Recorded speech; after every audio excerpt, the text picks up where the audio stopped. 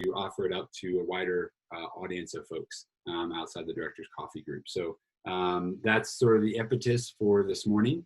I know many of you are familiar with the foundation, but if you're not, we exist here to serve Chaffee County, both increasing philanthropic and capacity building resources. And we run a variety of different programs and do a variety of different catalytic work and convening work of trying to make sure that folks are working together, have the resources they need to help the community. So you can learn more at our website. I'll put that in the chat here in a moment if you're interested. With that, I'm going to pass it over to Emily Marquis. As I mentioned, Emily has a background in HR in both the for-profit and nonprofit sectors. And she will be our speaker for today. So Emily, it's all yours. Great. Okay, I'm just going to start sharing my screen.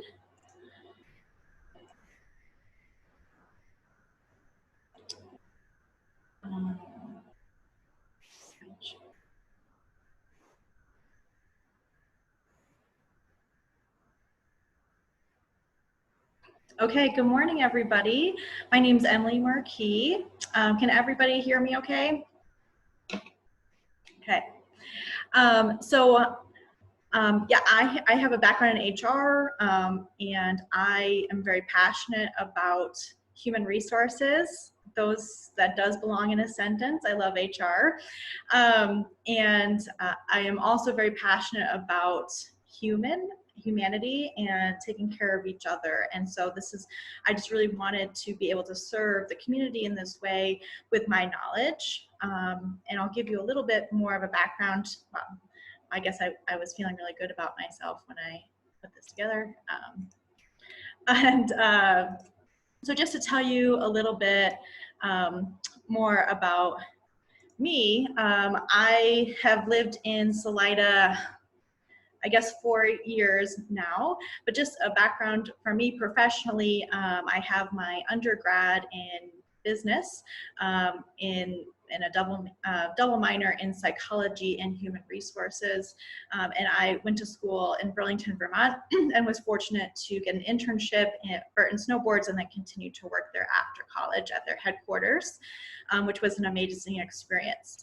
Then I moved to New York City and worked in the fashion industry and HR there, and then realized there wasn't enough snow and quit my job, packed everything up, moved across the country and to Lake Tahoe, where I worked for Powder Corp, which was based in Salt Lake City, and was the HR person over, at the time, Alpine Meadows and 3 other small ski resorts there. So very familiar with the seasonal industry. And then I worked in the hospitality industry for Destination Hotels and Resorts, which is corporate headquarters here in Denver.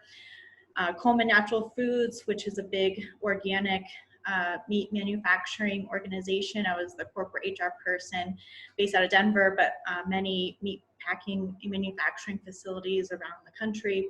And then my last big corporate job was with Vivage Quality Care, which is the largest privately owned long-term care organization in Colorado.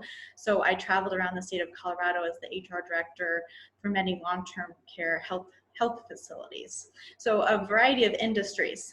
So I have the big corporation industry, worked internationally, and I've also been a small business employee. I worked at a gas station for a while. I managed a rafting company in Lake Tahoe. After I left the corporate world, when I started to have my children, I started my own company for HR consulting and recruitment, and worked with clients such as construction, small tech companies, sales, manufacturing. And then my ex-husband and I owned a rafting company here in the Arkansas Valley. And I helped manage Yoga Olas. I'm a yoga instructor there, and Megan had me help her create some of the new employee handbooks and policies there. And now I've been working with the foundation. So I have had my hands in a lot of different types of industries. So I know the very large corporations and what it's like to run a very small organization here in the community. So I've, again, background in international recruitment. So working with people from all over the world. I used to be that person that flew around the world and hired the ski resort workers. So I traveled, and so we had very diverse populations. We would have housekeepers from the Philippines working with lift operators from Chile to back of the house cooks from Turkey, and then all the local people in Tahoe. So very, very diverse population there. And we had people from Jamaica, so literally a melting pot in Little Lake Tahoe. In the meat industry, and I worked in unions. So did lots of union negotiations, and in the construction world, I helped work with unions in Hawaii and California, which are the most highly regulated states in the country. And then, oops, also, where am I going here? Why is it?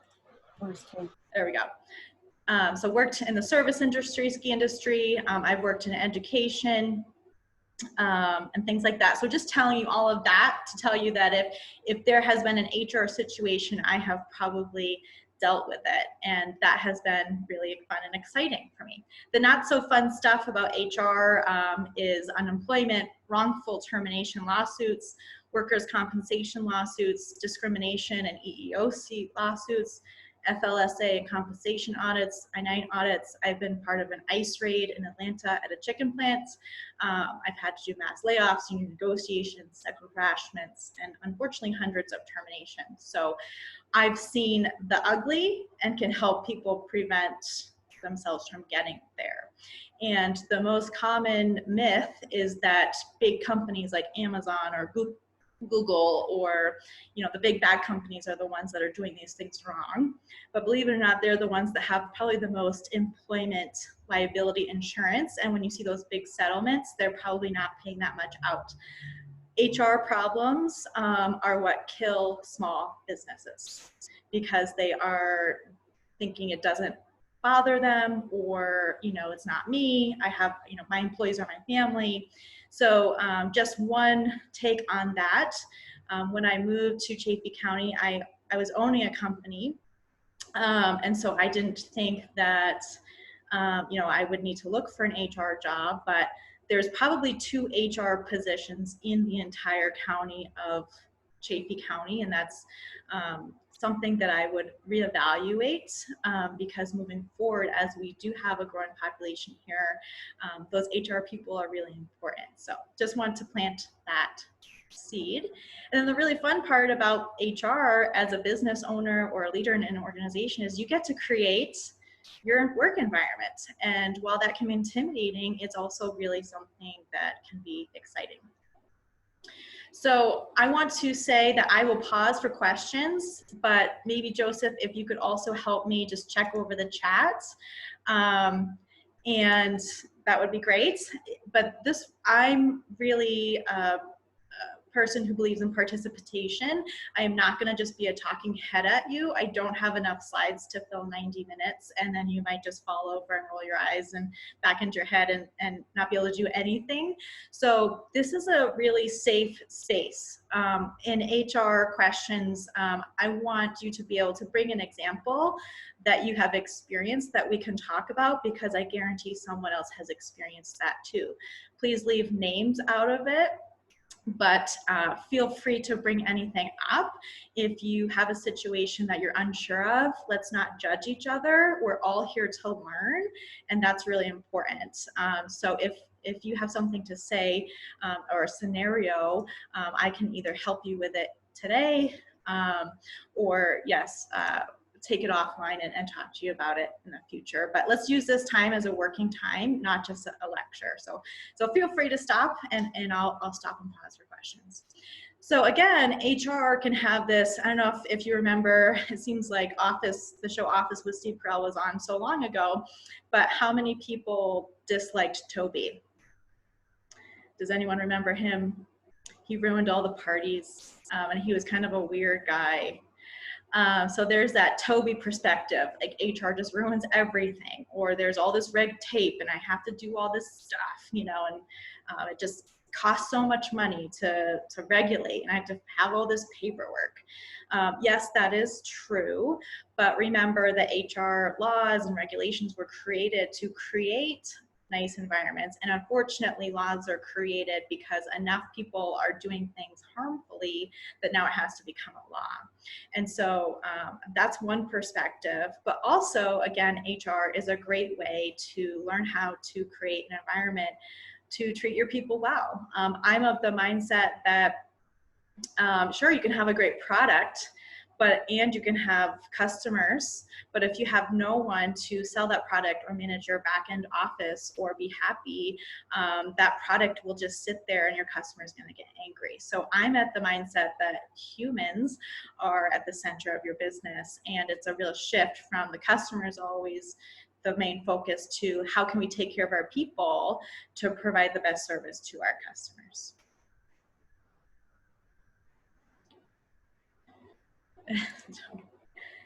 I was gonna play some office clips from with Toby, but they're actually so pretty bad now. I don't know what's appropriate or not.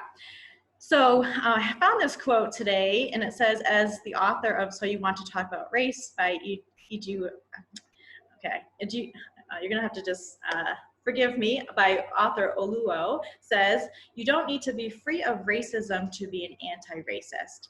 Anti-racism is the commitment to fight racism wherever you find it, including in yourself. And it's the only way forward. So we're in a moment right now where we're all pausing, hopefully, to think, and that's why we're here. And we are not free of bias or stereotypes within ourselves. Even if you are a person of color, you have some kind of judgment against someone else that you have formed, whether it's against race or the type of car they drive or the way they do their hair. Unfortunately, it is human nature to form these opinions. And so now it's our job to just pause and bring awareness within ourselves and our work environment so that we can, now that we know better, we can do better. And I want to also make sure that I say that this is not just an anti-racism conversation. This is, let's just make work a safe, comfortable, happy place for all people, to make it equitable for women, for LGBTQ communities, for young people, elderly people, people of color. So that's what it's all about. So in the workshop expectations, again, humility alert, be open and have a growth mindset. We all make mistakes and we're here to learn, and that's why we're here. Again, safe space, it's a judgment-free zone.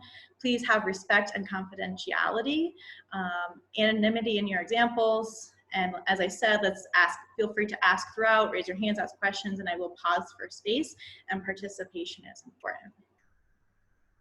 So I also want to say is why do we want to have diversity in the workplace? Yes, there are two perspectives. We want to follow the rules because there are laws, and if we don't, we can end up in those situations that I talked about earlier, such as EEOC claims or lawsuits or headlines in the paper, and we want to avoid those. A, for publicity, they cost money, and because we want to follow the rules.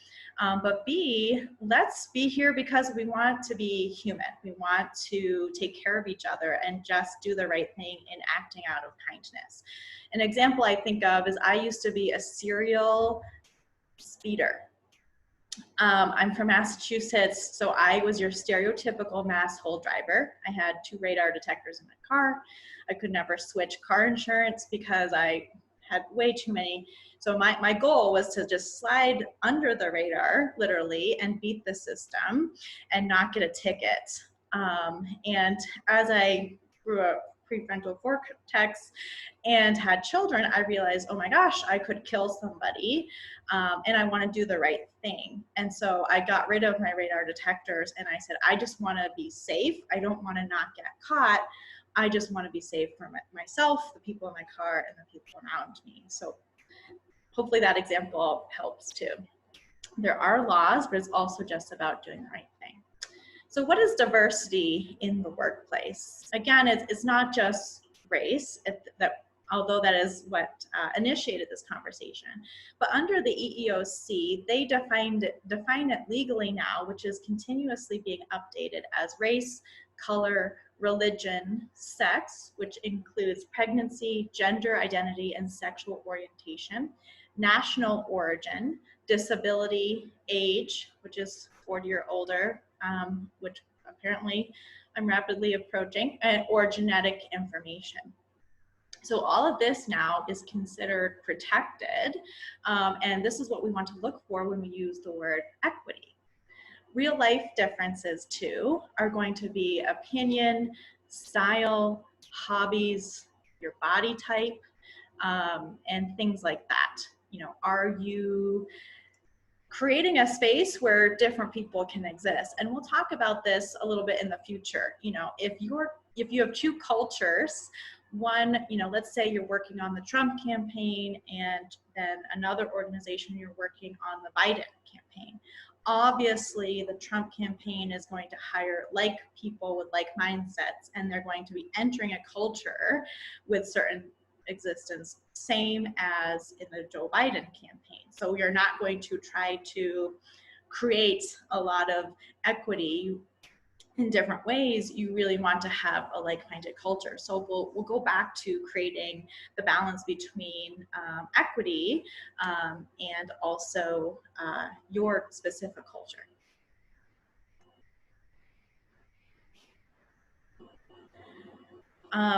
I really want to say it all comes back to your values. It's really, really important for every organization, whether you have one employee or 10,000 employees, to know what your values are and your mission statements. So often it's really easy to have an old set of values and mission statements or vision statement that were created at the founding of the organization even 10 years ago. So I would pause and take a look at what are your values and are you living them? And you have to really swallow some humble pie to answer that question sometimes. I know that you can look on a company's website and it says, let's say, for example, we really care about the environment. And then you drive by and, this is an extreme example maybe, and they're like burning trash in the back parking lot or something. You're like, oh, are you really caring about the environment? And also, your values don't just pertain to your customers.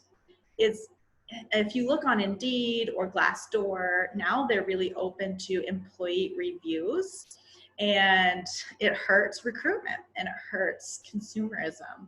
If you have a value of taking care of people, yet you have some of the highest turnover or lawsuits in history, you might be taking care of your customers, but you're not living your value of taking care of your people.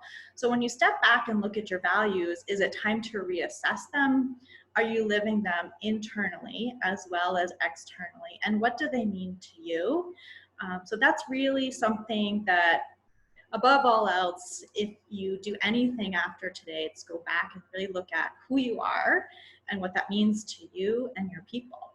And then secondly, do your employees even know what your values and your mission are? So often we create this really wonderful piece of information and foundation of who we are, yet we don't tell anybody, we don't educate it. And so do we need to do a retraining on who we are and why we exist? Can you get input from your current employees and say, we're going to talk about this. We want to really look at our values and we want you to have input on what you think our values are. And if you ask your employees, what do you think the values of this company are? And you list them out and they list them out, those are actually what your company values are. And because that's what you're living. If you compare them to what your values listed are in a dusty tech handbook, those are not what your values are. Those are what you wrote down. Does that make sense? So what your employees think and your customers think your values are actually what they are. So you need to somehow make a realignment to what they what you want them to be. Okay, we're gonna start getting into some of the nitty-gritty stuff. So feel free to pause and ask questions going forward. So creating a culture of equity always starts from the beginning, how we hire somebody, how we treat them when they're employed, all the way through to how we exit them from our employment. How you handle a termination is just as important as how you attract somebody into the organization. So I'll kind of walk you through that process along the way, and how each piece of it we can stop and be equitable on that. So the very first thing is hiring in recruitment. What does your job posting verbiage say?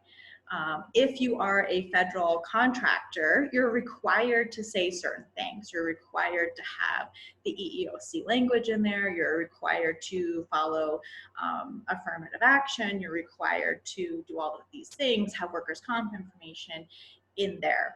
If you're not, you could be leaving it out. So sure, you may not be required to put your EEOC statement in there because you're not a federal contractor, but why not? If you want to attract people who are open and you want to attract diversity to your workplace, throw a line in there. Be fun in your, as fun as you can be in your job postings. Sure, for a city job posting, you can't, say we attract, people who love Metallica or something like that. I don't know if anyone listens to Metallica under my age group anymore, but but you can say, we have a culture of diversity, we love people of all kinds, please apply. Things like that. Just a fun statement like that is going to attract someone who might be like, oh, I would never work for the city because they're so stale and white, for better lack of words, or it's all men who are there. Can you create some kind of verbiage that just says, hey, we're open and we want to have a great workplace. One line like that is going to maybe have somebody think twice to apply who has amazing skills, who has an assumption about your culture that you can change just in that job posting. Job posting location, this is actually going to go back to some equity. So in this, this community here, we don't have a huge job board. But if you are wanting to attract people of different income levels who have different sources, you're going to want to make sure that you're making your job postings accessible to all people. If you just put it on the internet, perhaps on Indeed.com, someone who doesn't have internet right now might not ever see that. So while it's a little extra work, are you putting up a flyer? Are you putting it on the radio? The chamber now, if you're a member, has a job board.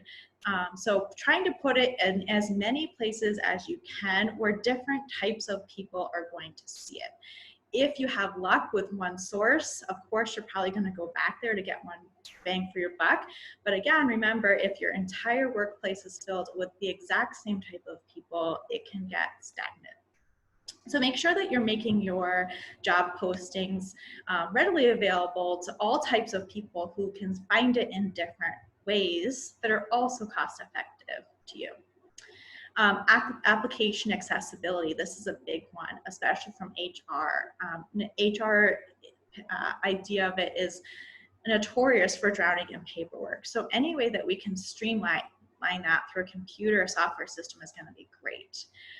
However, again, there's a large group of people, especially in Chaffee County, who don't have a computer or access to the internet. So if you are going to require that somebody fills out an application online, you are cutting out a large part of the population here. So a way around that, you can see in Walmart or Safeway where they have a computer accessible that blatantly says, apply here. Or go apply at the library, or have a paper application handy. In Chaffee County, we are still a little bit old school. We use the newspaper and the radio, and if you allow people to drop off a paper application, that's still acceptable, and you're opening up your net to be more equitable in the area. And then referral programs. You know, do you have a great referral program? This is the best way to get good employees. Are you rewarding your good employees to hire their friends who probably have great skills too? And if you have a diverse population, you're going to continue to grow that diverse population through their friends, because they're probably hanging out with other people as well. Any questions right now on recruitment and job posting and application in an equitable way, or any questions or concerns about that?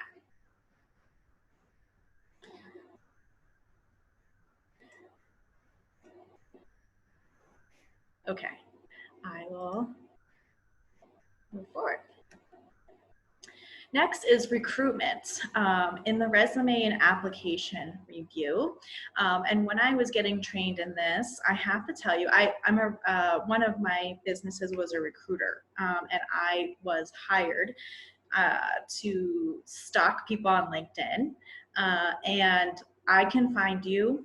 I can find anything about you on the internet that I want to. I've been literally trained on how to do that. And when I was doing that, I went through a part of the training about equity training, and I have to be completely vulnerable and honest with you that when resumes would come in through the job board or through the job applicant tracking system or on LinkedIn, if you see a name that's clearly of a different ethnicity next to Joe Smith, your brain as potentially a white person is trained to think of two races. So is there a way that you can somehow block out, you know, if you are having a pile of applications? One thing that I did to avoid this in different settings is I would hand out different resumes or applications to my hiring team or manager and black out the name. So you're clearly just looking at the skills at that time. That's something you can do if you have people underneath you, or if you have a recruiter and you say, I don't want to look at the names, just hand me the candidates. And I know recruiting companies that actually do that, not only to protect candidates, but to protect the company, so that you are literally avoiding that bias if necessary. You can also train yourself to just recognize that there could be a bias there, and get over it, or move on from it. Just say, oh, this person could be of color, this person could be white, great. And then you keep reading forward. So that is definitely where bias can exist, is the resume application. We are literally looking at an application to judge someone. So how are we doing that? So just be aware that it's happening, and what are your thoughts when you're looking through a resume? And then the documentation process, making sure that you're documenting. If you are a federal contractor, you know that you have to document for affirmative action, like why you are not going to interview somebody. Why are you not going to hire them? And it has to be tied to your job description on skills, things like that. So if you are not required to do it, I would still keep a paper trail of about a year of a hiring folder, just label it, put the job title that you're hiring for, the date that you start to open it for, all the applications in there. It can be a handwritten note that says, not or passing because of this, and then put it in there, so that if anyone ever comes back and says I wasn't hired because so and so, you can go back through your notes and consistently show that you were passing on somebody for a reason.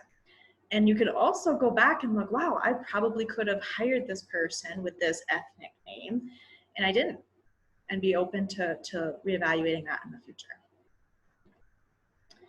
Okay, so this is a big one. And I put this link here, and let's see if I can, oops.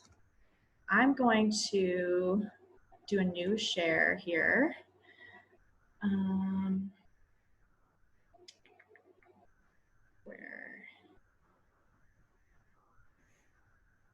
Okay, hopefully I don't have anything weird up on my screen. Okay, I got my horoscope. Okay, so there's this really great website. Can you all see that I'm on a website now?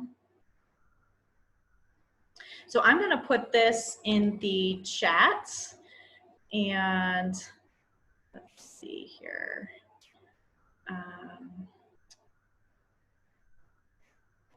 Get into the chat and put this in the chat. So this link is really great. This is going to,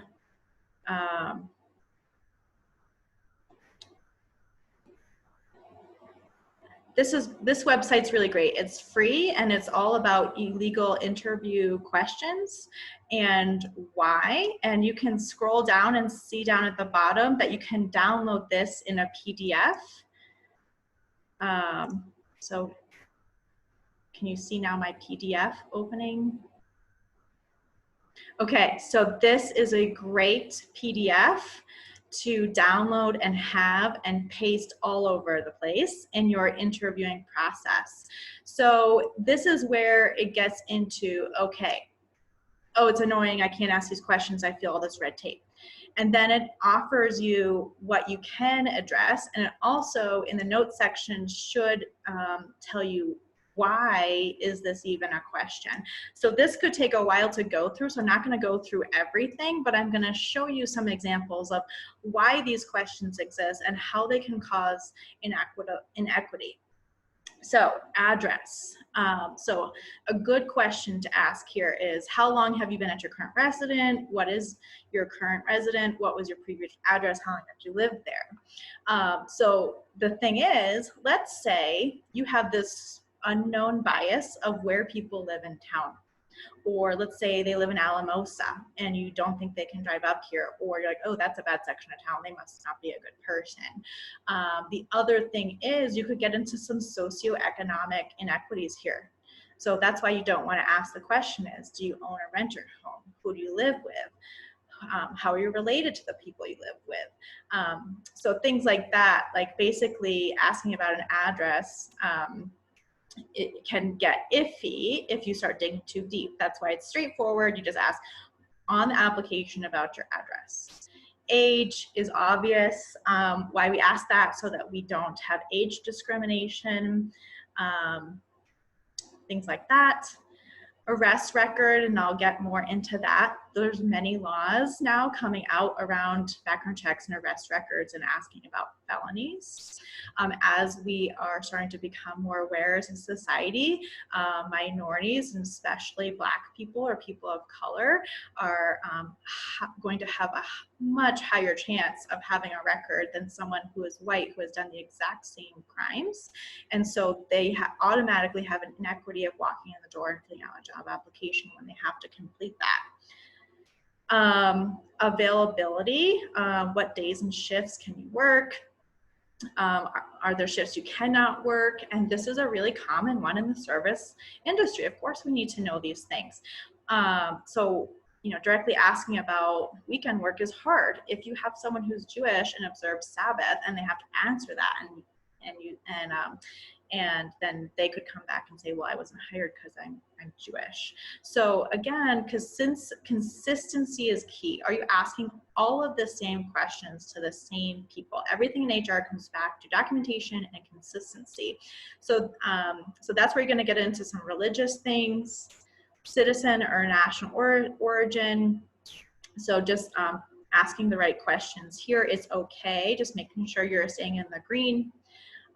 If you are okay with someone who is Spanish speaking and they're intimidated to apply or interview, there's free services out there for you to be able to get an interpreter.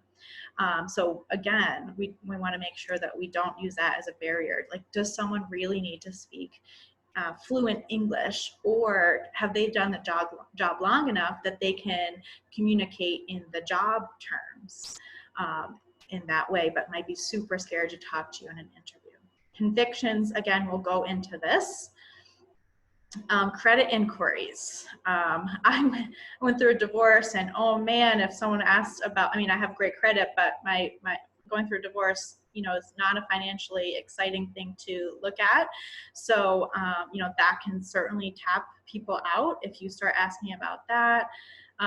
Disabilities, education, all of these things. If you think about the opportunities that different groups of people have in the United States, when you start looking at someone's education, you're going to block out some people of color. Emergency contact name, employment, family status. Again, as a single mom here, I know that my insurance, my house insurance with American Family Insurance doubled when I became a single woman with children, which was really disgusting to me because they valued married women with children. So I obviously left that insurance company and I felt extremely discriminated. So all of these things, are you even looking at that? You have no idea what someone's background is, especially what they walked out of to get to having to apply for a job. Financial status, do you own a car? The main thing you want to know is, can they get to work? Is there transportation that they can get to work to? Whether they own a car or not really shouldn't have to do with a job unless it's actually required, and you've stated that there are some jobs where that is required. Height or weight. This seems obvious, but it's a thing. Military service. What organizations are you a part of? If you live in Denver and you're only hiring people who are part of the Polo Club versus the American Legion, you're going to have some discrimination there. Personal information. This one is probably pretty well known, but you cannot ask if someone is pregnant or trying to have a family or things like that. Obviously, you cannot ask about race or color. Relatives is going to also come back to that. It's going to draw a direct line to race and color, religion or creed, and sex, orientation, or gender identity. And so again, this can be where things get scary, like, well, what can I ask? I'm just gonna sit there and say, you're hired.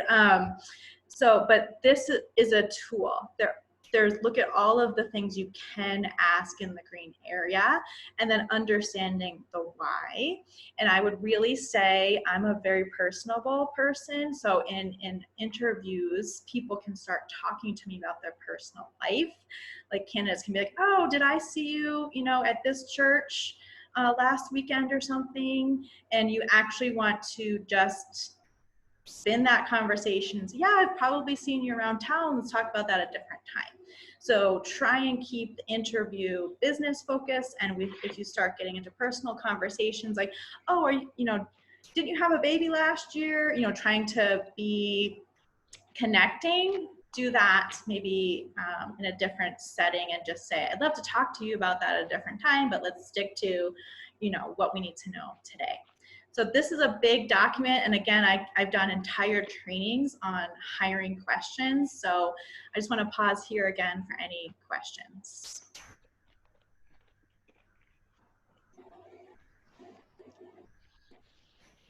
Does anyone have an example that they have in a hiring situation that they would like to bring up? I have a question. Sure. Something that came up in my past life, not necessarily in Chaffee County, but I've worked for government for a long time.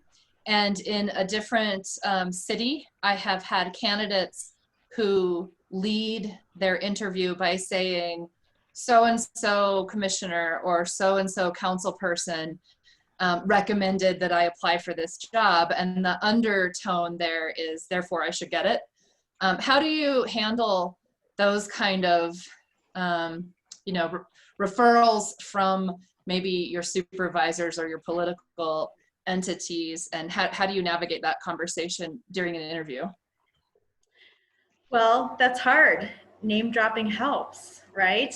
And if you are applying for a job and I know somebody at the organization, I am for sure going to want to reach out and get that interconnection. Applying for a job right now is like going into a black hole and hoping to God somebody finds your application and they call you in 3 months. So I've been a career coach, so it is a strategy to reach out to people and drop names.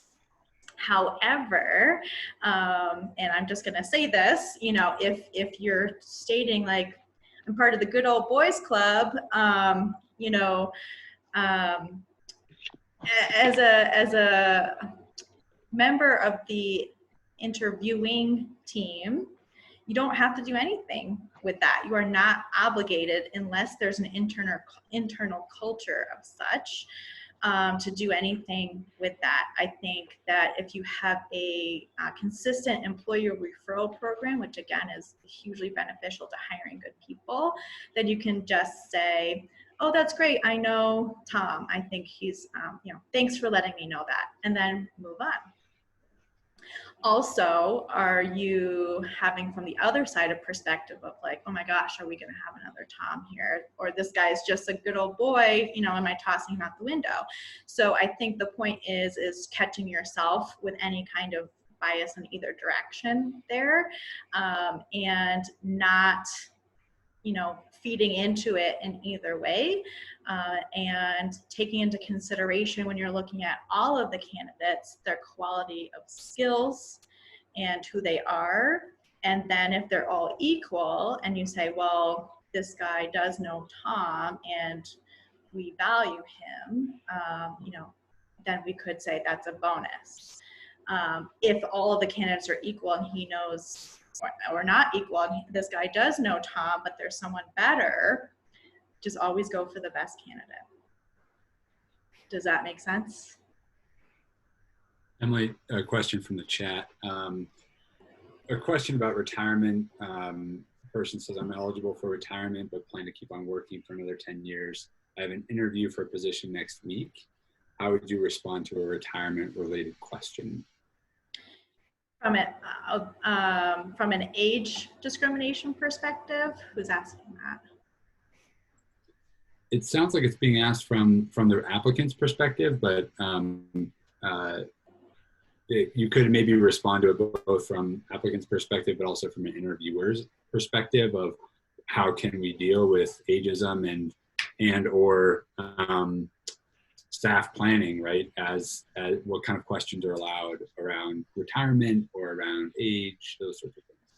Yeah, ageism is real. It happens. And I've worked, most of my career coaching clients were women in their 50s or women who are returning to work after staying at home with their families, the two hardest places for women to be in their career.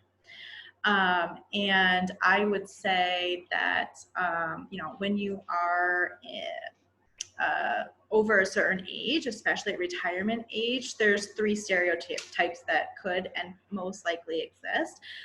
You're too expensive, you're not relevant anymore, and you're gonna leave us soon. And those could all be real possibilities. So as an applicant, just know what your rights are, what can and can't be asked of you. And also don't give up. You might not get a lot of callbacks right away, and I'm not going to sugarcoat that. I think that really working on your resume and making that relevant, canva.com is a free, beautiful website of graphic design that has super new, fresh, millennial looking resume templates, so that when someone's looking at a resume, they can automatically decipher whether you're someone who's savvy with what's cool looking and what was, a resume looked like in 1995.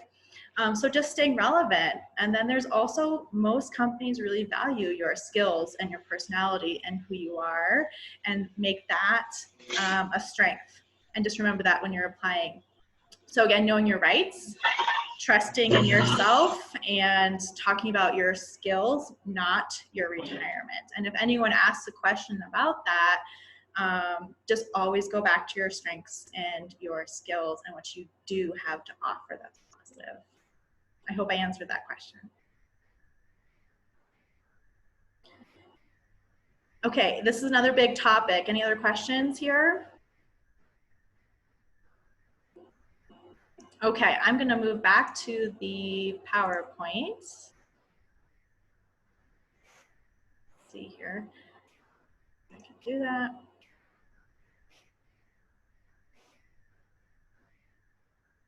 Okay, I think I'm back in the PowerPoint now. So again, I can't stress enough having that. I've been a recruiter since 2005, and I still keep those questions handy, and they're updating them all the time with all of the awesome things that are happening in the community to create awareness and protection. So Better Team is a great HR site. Of course, they're going to try and sell you things.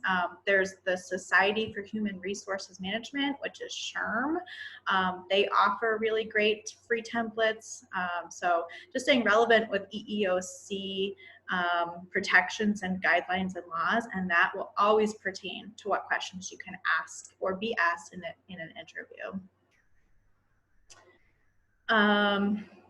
Okay, and then making the choice. This that was a great segue into, okay, well, how do I make the choice, and what am I biased to? And so again, just coming back to your own awareness.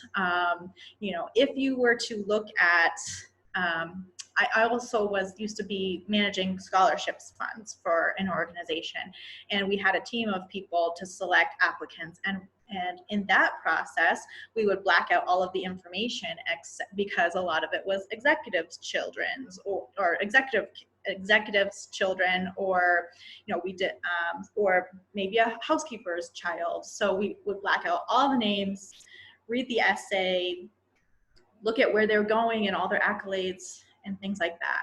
The same thing really should be done in an application process. But can you do that without having to go through the process of blacking everything out? So when you're making the choice, you know, who fits into those values that you've created? Who fits into the future of your culture? Maybe not as it currently exists, but how you want it to exist. If you were to pause and look around and you do see all white people, or you do see all people of a certain socioeconomic status, you know, maybe having a different person with wonderful skills would be a great choice in this situation. Creating diversity takes intention, and this is where it plays in, is at that choice of hire. Now, does that mean, okay, you have two people of color and one white person, and the white person is clearly the skills choice you want? Go for that. Go for the skills and what you want in a culture. Don't feel obligated, but if you have two equal things and you want to create a certain message and culture, go with the person of color. So that's a sticky one, but I think that's really important. A culture that you want to create doesn't just happen, you have to create it. Background checks. This is a highly changing environment, state by state. Background checks, as an HR person, I used to be like, everyone do a background check, because you want to protect your organization from theft and violence and, you know, bad people out there. But this has been going on for many years, that background checks are starting to be illegal because of the people who are going to more likely to have something on their rap sheet versus someone else. A white male, you know, who has gun violence on their background check versus, you know, or gun violence history, versus a male person of color who has gun violence of history is going to have a much longer rap sheet, and the white male might have none. So this is why this is becoming extremely controversial. And there are many nonprofits out there who specifically hire felons because, you know, if you were put in jail when you were 12 for stealing drugs and you know, or something, and you were in the projects, your future is gone. You know, if you're a felon at the age of 12, you can kiss your future goodbye. So that's where background checks can become a problem. Now, do I say just get rid of background checks altogether? No, you know, we don't want to just hire anybody off the street. Background checks and criminal history does tell us a little bit about someone. But it's also really important to do reference checks with workplaces. Where someone worked last is going to be the best reference that you're going to get. And, you know, are they showing up on time? Are they good with customers? Are they reliable? Do they have the skills that you're looking for? A background check might not tell you all of those things. So, and people do change. If you're giving one person, again, this is where consistency comes into play. If you're giving one person a second chance, you have to give every person after that a second chance. So consistency is really important. And so if you're recruiting from, I don't know if we're doing any multi-state things here, but you have to know the different state. Colorado is changing right now. You can't quote me on this because Governor Polis has changed some things, but I think you still are allowed to ask on the application if you are felon, but I think that you have to run a background check for everybody at a certain point of hire, and it has to be done after you hire them. So you have made the decision, right? Like, okay, you've interviewed all the people, you've come to a final conclusion, you've given the offer letter, they've accepted it. So now the offer letter is contingent upon a background check, and then you do it, and then you're like, oh man, this guy has a huge rap sheet. We're not gonna hire him. So that is a really important piece. If you're doing the background check on all of the candidates and then making a decision, that's where you're opening up yourself for some challenges, because you're now making a decision based on a background check. Instead of their skills. Does that make sense? Okay, so background check must be done post-hire and consistently across the board, and keep up with the laws in Colorado on that, because I do think background checks are gonna get highly scrutinized in the future. Okay, I've paused for questions, but any other here? Okay. So the other thing that affirmative action does, if you are a federal contractor or work for the government, is review your compensation. And so this is a really great practice. So if you are keeping track of your personnel data, keep track of your gender, your age, and your race of each person. You know, hopefully in your accounting system, all of these things are available to do that now. And then run a report every quarter or every time that you're doing hiring or pay increases, whether that's once a year or every quarter, or, you know, make this part of your regular practice. Is your compensation equitable across the board? And it's surprising. I have never worked at an organization where it is, and I'm not just saying that.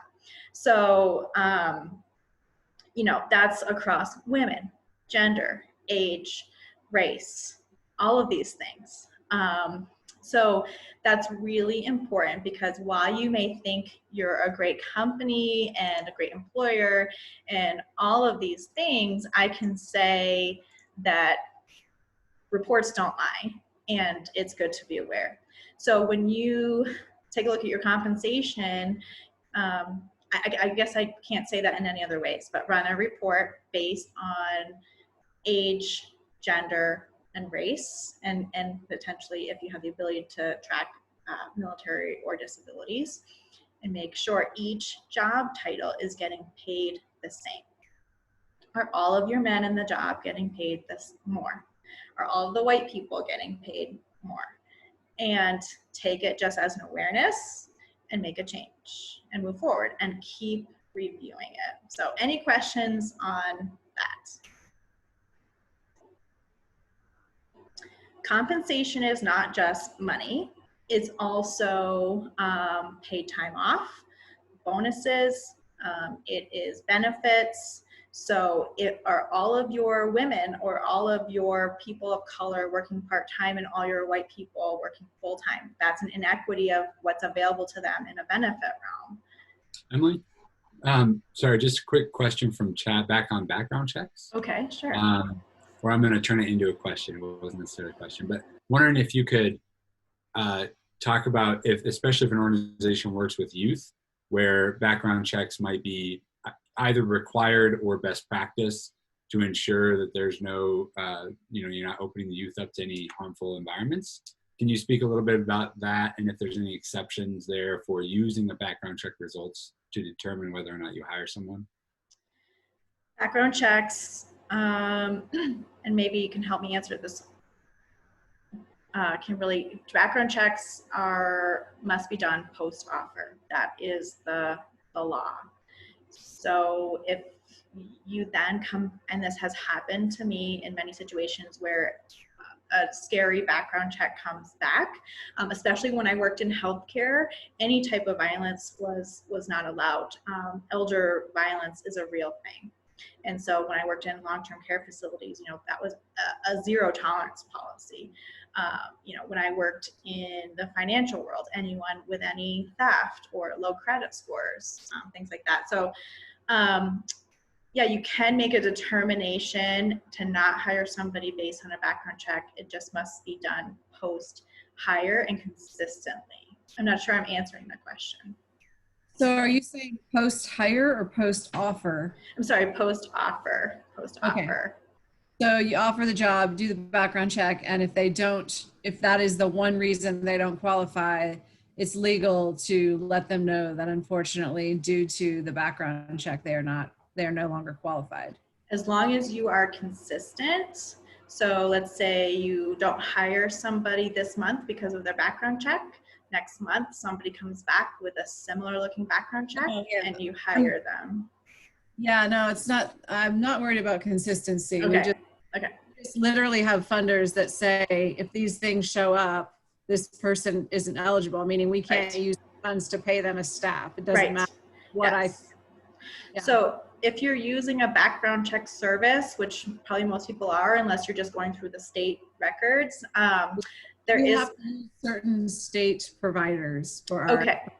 So we are required to use like Identigo. Right. These certain UA vendors. So we don't even get to pick who we choose, right? Right, and I think that's always really good because then that takes some liability off of you if you hire a vendor to do a background check. There is some law, it's just, I try not to get too far into it, but there is a law that you have to let them know within 2 weeks that you're deciding not to move forward with the hire because of their background check. And then you just hand it over to identity, whoever, or HR, hire right. And then that candidate has a right to they have a certain amount of time to dispute what's on the report and come back to you, but you can then move forward with your employment process. But you can't think about it, and believe it or not, I've seen this where like they start working and you're still talking to your like people about, I don't know, he's kind of a weird guy and he's got this weird thing, but we love him and his skills. And then a month later, after he's already started working, you're like, sorry, we didn't hire, we have to let you go now because of your background check. So you have to do it before they start working, and then they have a right to work with the background check company to dispute it and take it from there. Yeah, great. Yeah, I wish we could use, CBI's service or other things that would be more expeditable, but we are required to have them physically go to certain locations. Oh, okay. And they should have their process too. So if you turn somebody down from a background check, usually you can just call whoever is administering it, and then they have these standard templates, and you just send them the phone number or whatever, and they take it from there to be protected. Thank you. Yep. Okay. Okay, so going back to compensation, just remember that compensation is across different things. So if you're separating people by FLSA status, salary versus non-exempt or hourly, are all your salaried people of a certain demographic, or are your hourly people of a certain demographic? So really looking and digging deep into that and making sure that your whole compensation package is available in an equitable manner. Is there any question about that? That's another big topic, but again, just drawing awareness to it. Okay, so I have a question here. Can you say a little bit about the race issue and background checks? Like you said,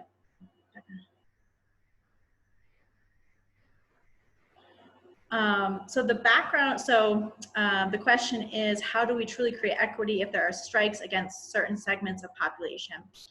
I don't think we can, and again, we can't stereotype either that all people of color are not, and I'm trying to say this in a correct way, getting unjustly put through the criminal system either.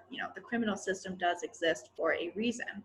So I think that if you create a policy, again, HR's favorite thing to do is to create a policy that's consistent and stick to it, that relates to your work. So if you're just like, I'm just not going to hire anybody who's gotten a DUI, are you judging somebody on that? This is all a judgment call. I can't tell you that. I can tell you that there's a lot of people walking around right now who probably should have gotten a DUI at some point in their life, and we're lucky we didn't. But if you are working for UPS, of course you're going to have DUI on there as something that's not going to be passable. So if you stick to things that you're going to not hire somebody for that may show up on their background check, make sure it's relatable to the work that you do. Does that make sense? Okay. Again, this is a lot and really heavy. So I'm being high level here.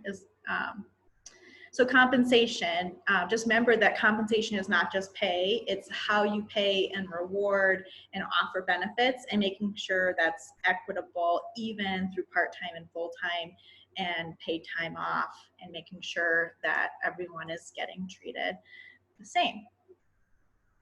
Okay. And that's going to go back to succession planning. So again, run a report if you're keeping information, or you have 5 employees and you look back over the past year and you say, who's getting promoted? Is it all one certain population? Is it all my men? Is it all my women? Is it all my elderly, or people over 40? Is it all the new people? Is it all people, white people or people of color? So just drawing awareness to how you're operating is crucial. And then you can take action. So really looking at how you promote. So when you're promoting or giving someone a bonus or a recognition even of a certificate employee of the month, what does that look like in your culture? Is a person of color or a certain gender identity gonna feel like I'm never gonna get that because everyone else who doesn't look like me? And you might say, oh, no. But then you look back and look at your practices and you say, oh, crap. I can see why they feel this way unintentionally. So just creating awareness about where you've been and what your practices are, and making sure that you are being equitable. So when you're making any decisions, even once you've done the hire, taking your blinders, putting some blinders on just really evaluating all of the people based on their skills and their assets and what they add to your workplace. And then recognizing that you might be unintentionally having a bias. And why is that? And then making changes as you go forward. Any questions on promoting, and again, that employee of the month?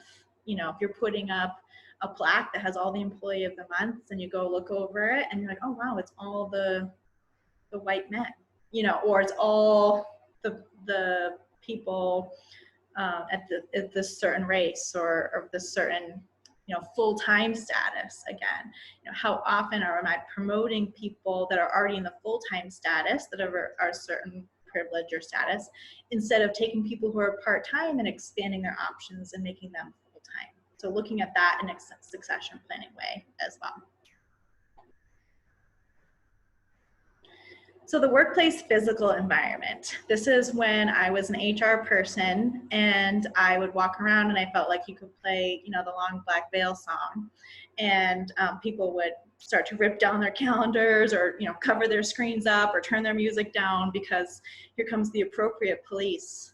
But really you should be doing that, what do you have up in your office?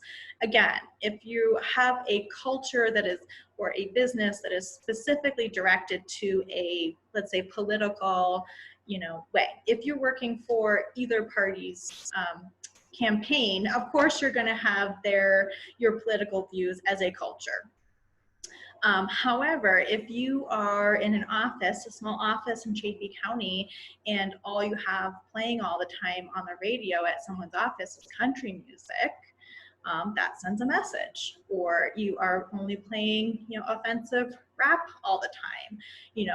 It's cultural. So be aware of the music that people are listening to and playing. Be aware of the pictures people are hanging on the wall.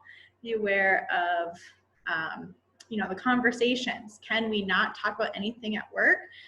I don't know, as long as it's kind and open. So just really looking around your office with your eyes and your ears, and seeing when somebody walks into my office or my workplace or my retail store or my restaurant, what values are they gonna first notice about us? If you had someone walk into your place of work, what assumptions are they gonna make about you? What messages are you putting out there? Because that's what your employees see every single day. So, the biggest misperception is that people get mad and cause a big stink in a place of work when there's a problem. And I can tell you 99% of the time, all lawsuits and terminations or people leaving come from the people who say nothing, because they just feel uncomfortable and don't want to cause a problem, and then it's too late. You didn't have any time to make that change. So it's your job to walk around and make sure that your environment is comfortable. Does anyone have any questions on, and again, this is a safe zone, on things that are around your office or space that you're wondering if this works or not?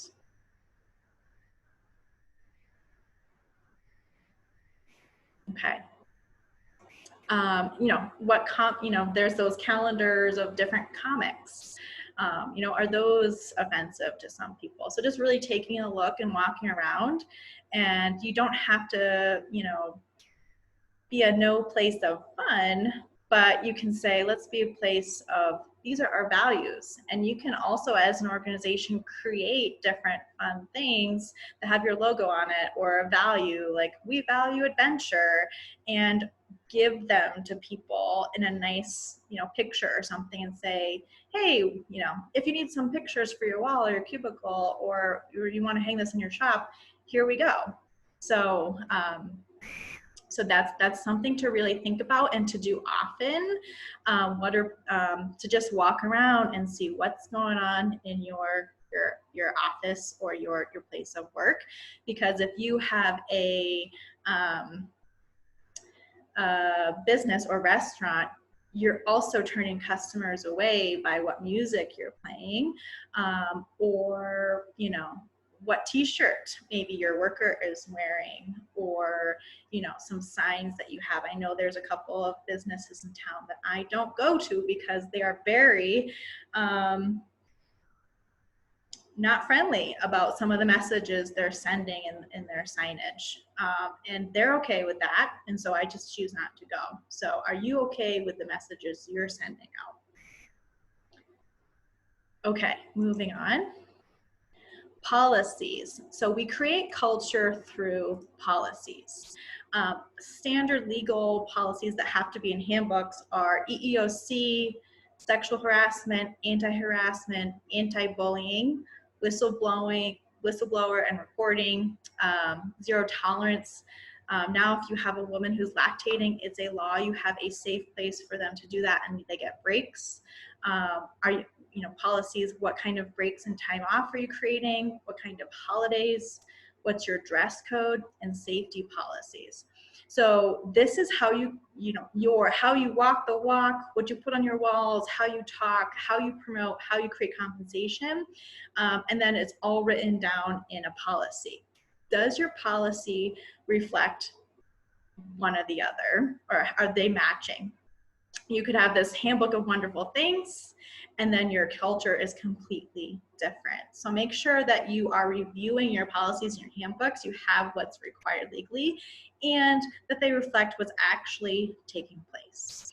So going into the whistleblower thing, what is your reporting? Do you have an open door policy where people feel comfortable coming to talk to you about things like, oh, I saw Joseph, being, using a really inappropriate language to someone else, and what is your reaction to that? Are you going to, first of all, do people feel able to do that is really number one. And if there are managers in your organization where people bypass to come to you, that's something to be aware that they obviously don't feel comfortable talking to them. And so that's really important, and it's a legal issue. I'm going to skip around here. Breaks and time off. So if you think about this, it's really aware, if you are aware of what time school drop off is, you are going to attract a lot of happy women and men into your organization that are parents. If your workplace opens or all of your meetings start at 8 a.m. in Salida and school drop off is at 8:10, you're creating a whole lot of problems for those people who are doing drop off, because they're probably yelling at if you're like me, it's time to go, it's time to eat, we have to get out, mom is not dressed yet, and I'm gonna be late for my meeting, and we're gonna get fired, and then you're not gonna be able to eat. That conversation could happen. Or they're having to pay extra for childcare to get their kids to school. So things like that. And then you are like, well, I'm a single mom or a single dad. I'm not going to work there because I can't juggle the meetings. So just being aware of that. And I was having a meeting with the foundation last month, and Joseph made me aware. I think maybe it was even this one. Let's not start till, or it was Pivot. I think let's not start till 9.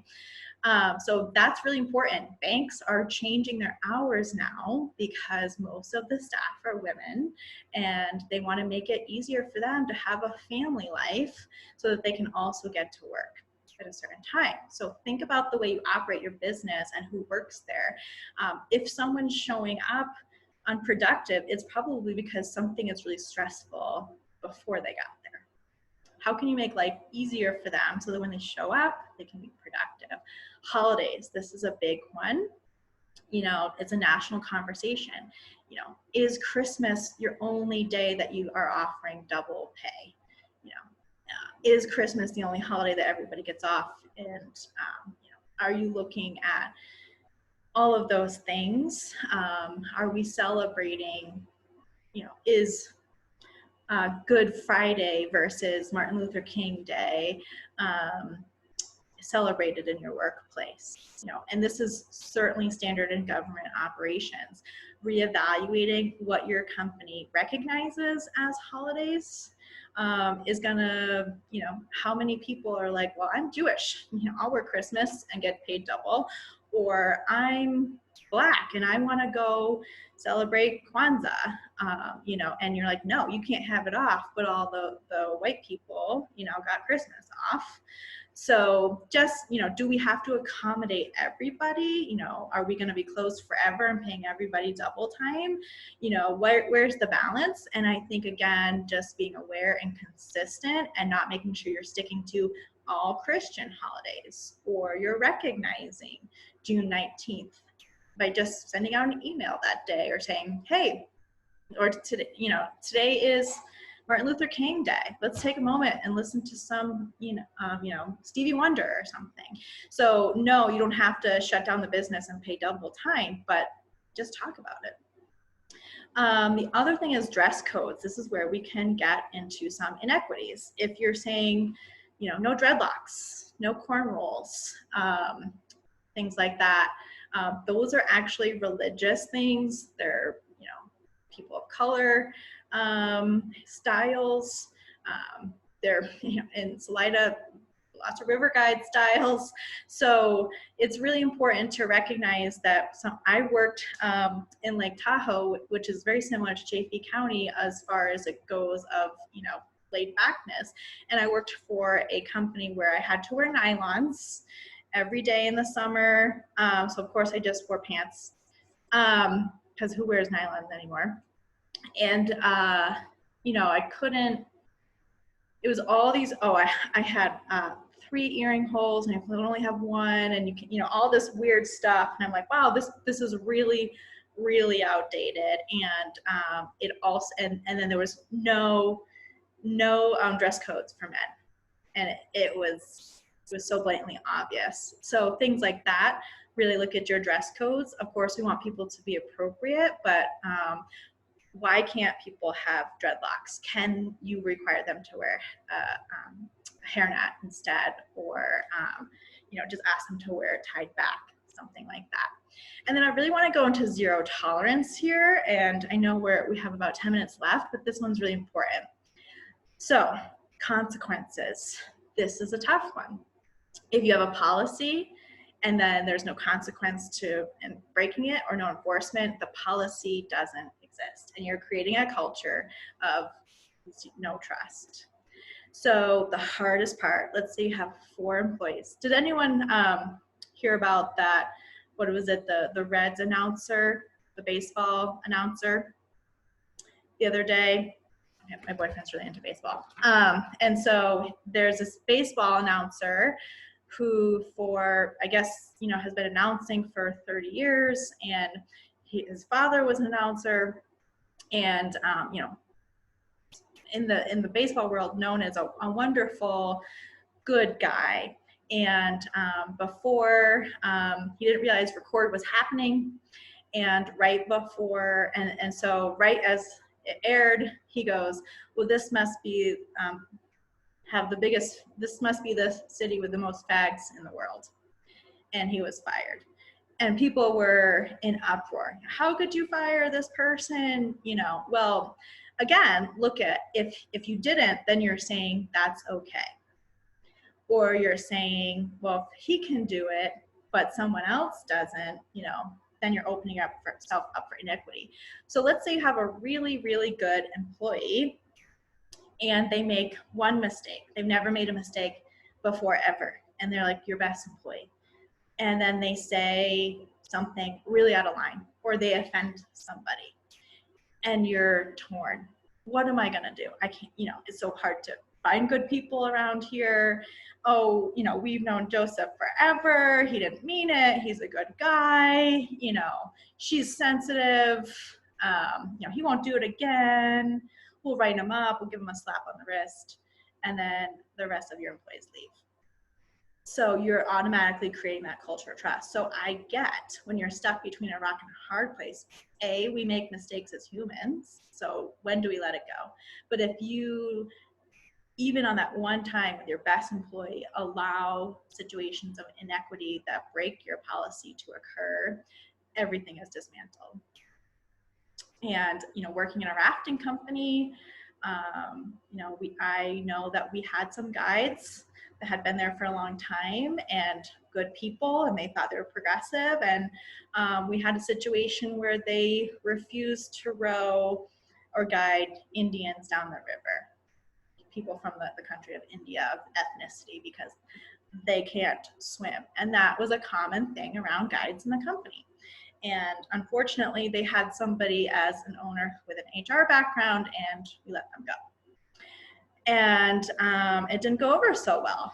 And but at the same time, about 2 weeks later, everyone was just culturally happy. I mean, if they're saying that one thing that you hear about, imagine what they're saying back at the campfire after everyone gets off the river. So cancers exist and create negative cultures, and just because you hear that one thing, they've probably been saying other things, and unfortunately that zero tolerance policy is really important. Investigations are really important too. So if someone brings something to you, you need to investigate everything and give everyone the benefit of the doubt. And the whistleblower should always start with the upper hand. And don't just investigate, certain demographics. Make sure you talk to everybody and you document it. So that's really important too, in protection and also consistency. Again, document, document, document. Leadership, walk the walk. Know your values, know your culture, know your messages, know your policies, and lead by example. And at this point, be vulnerable. I know I am not perfect, and these are the policies, and I want to know if you don't feel good or something is different. Create that open environment where we want to have the best. Walk around, don't sit in your office. Be available and make change, and keep awareness through reports and reviewing your processes. So again, taking a step back, what are your values? Pause to assess. And then if you need to, set up goals with follow through and communicate this to your employees. Hey, we're gonna make some changes, here's the goals, and then talk about it, at the next month's meeting. What does your employee material and marketing look like? Is all of your marketing white people on the front? Is it all men? Is it all, young people? Is it all a certain demographic? So even mix up what your marketing looks like. Mix up the pictures around your office or the pictures on your employee material. Again, review your handbook. Make sure that what you write down matches what you're living and vice versa. And train and retrain. Talk about your culture. Talk about your values. Talk about your messages. And make sure people know there is a zero tolerance policy. A lot. Ongoing to continue to sustain an environment and culture of equity is have regular agenda items. So every time that you get together as a board or as a leadership team or you have a staff meeting, create an agenda item for culture. How are we doing? What questions do you have? What feedback do you have? Are we living, these are our values. Where have you seen them take place? I know I've created programs where, the referral program or bonus program is built off of when you exhibited a value. So people know what they are, and we're rewarding positive values so that message is just naturally happening. So talk about it, and be open. Okay, here's where we are looking to improve. And here's how we've done it or not done it. So a regular agenda item on every meeting should be around your culture. And just have it be a conversation or an update on what you're doing. Create an awareness group. So if you want to have a couple of people without having it be an example of tokenism, but have a couple of people who say, yeah, I want to be the culture, awareness committee or something, or I want to be the point person, just who is able to stay relevant with, hey, let's take down this sticker, or, you don't have to be the only person with a long black veil all the time, or make it fresh and fun. Like, how can we create an environment where we all exist? I don't know, you tell me. And then create a group of people who report back on that. Maybe okay, on MLK Day, we're gonna play this music and talk about it. Like, we should be doing that all year long, but let's acknowledge. Open door policy. Hold on, hold on 1 second. I have to pause. 1 second, hold on.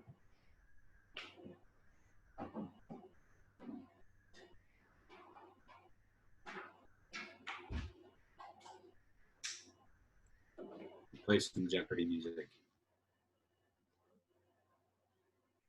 Okay, I'm back.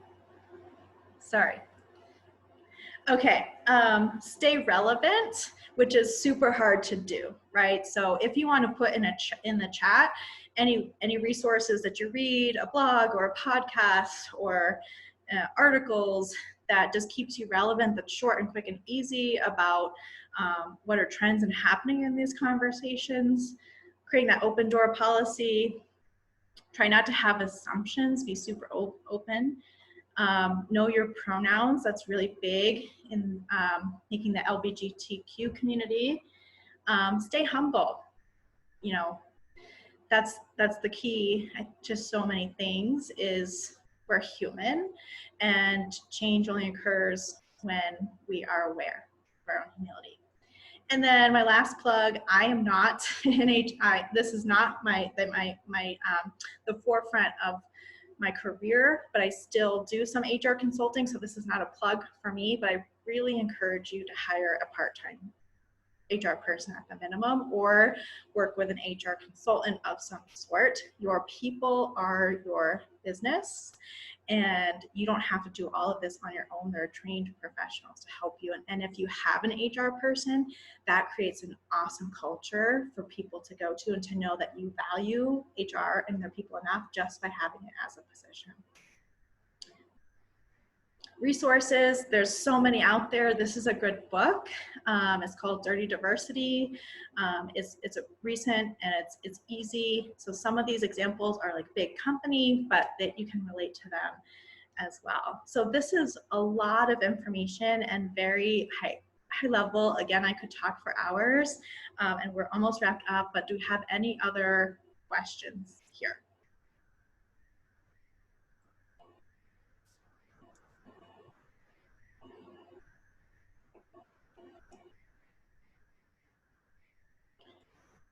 I hope this is what people were expecting.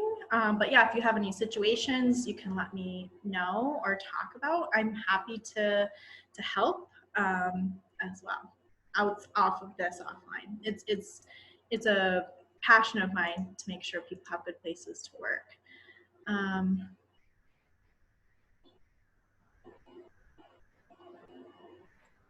It's a great question, Rebecca, and it's something that we can chat about with Emily and see if it's something she could put together, or figure out the best pathway forward on that. But I love that idea. Yes, I'm here to help, and I care. So any way I can do that, I'd love to. And Emily, is it fair to say that you would be able to send me the slide deck so I can send it out to folks? Of course, sure. Mm-hmm. Thank you so much, Emily. Everyone can give a round of applause either with emojis or in the video. Appreciate your time, everyone. If any questions occur to you as you think through what Emily brought up or introduced, feel free to reach out to myself or Emily directly, and we'll try to get those questions answered. And HR is definitely one of those arenas in which the foundation will be looking at trying to incorporate into some sort of back of house sort of services provision model, as we discussed in our pivot conference, if you were involved in that. So more to come for sure. Thank you so much, everyone. Have a wonderful day.